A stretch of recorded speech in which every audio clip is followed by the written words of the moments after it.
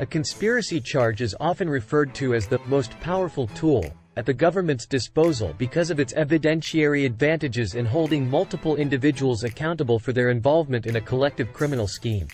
A conspiracy is simply an agreement between two or more people to commit a federal crime, with at least one conspirator committing an overt act in furtherance of their agreement. It is important to note that the conspirators need not be aware of every detail or participant in the conspiracy.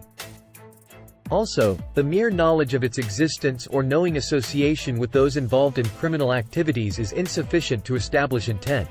Conspiracy charges will not only establish criminal liability, they can significantly impact a person's potential punishment under the federal sentencing guidelines. The conspiracy charge can expose the accused to higher base offense levels and make them responsible for the foreseeable actions of others under the doctrine of relevant conduct, regardless if all of the criminal acts are charged or stipulated to in a plea. Role adjustments. The guidelines provide for adjustments based on the defendant's role in the conspiracy, such as enhancements for organizers or leaders and reductions for minimal or minor participants. Since a conspiracy involves multiple people, it stands to reason that some member of the group organized the scheme and, depending upon its scope, multiple people can be deemed leaders. Conspiracy charges provide prosecutors with several evidentiary advantages that make proving their case easier. Co-conspirator statements. Under the federal rules of evidence, statements made by co-conspirators in furtherance of the conspiracy are admissible against all conspirators, even if they would otherwise be considered hearsay. This provision allows them to offer wiretap or other recorded conversations of multiple parties into evidence without having to worry about a hearsay objection from the defense. Joint liability.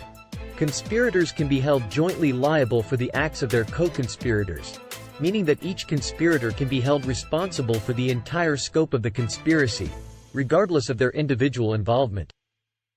This allows a more minor participant to be held statutorily responsible for a higher grade of crime than their actions alone and often exposes them to harsh mandatory minimum sentences. Expanded venue.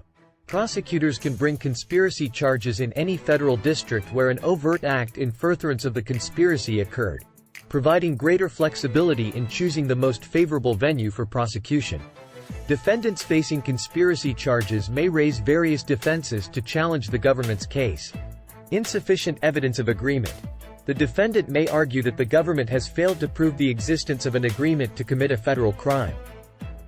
This may involve demonstrating that the alleged conspirators had no shared criminal intent, that their actions were independent rather than coordinated, or, even if there was discussions about criminality, there was simply no agreement in place.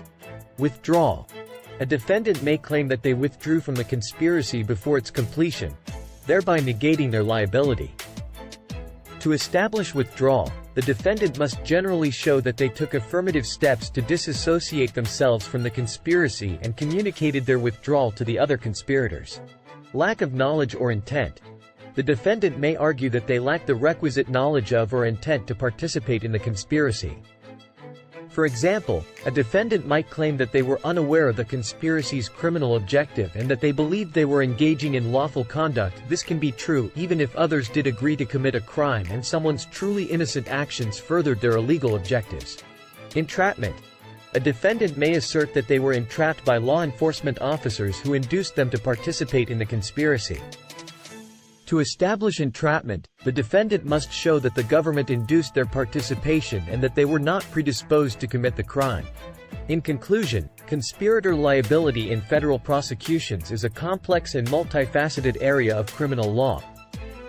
Conspiracy charges allow the government to hold multiple individuals accountable for their collective criminal conduct, often providing prosecutors with significant evidentiary advantages. An experienced federal defense attorney is necessary to effectively fight these allegations in court.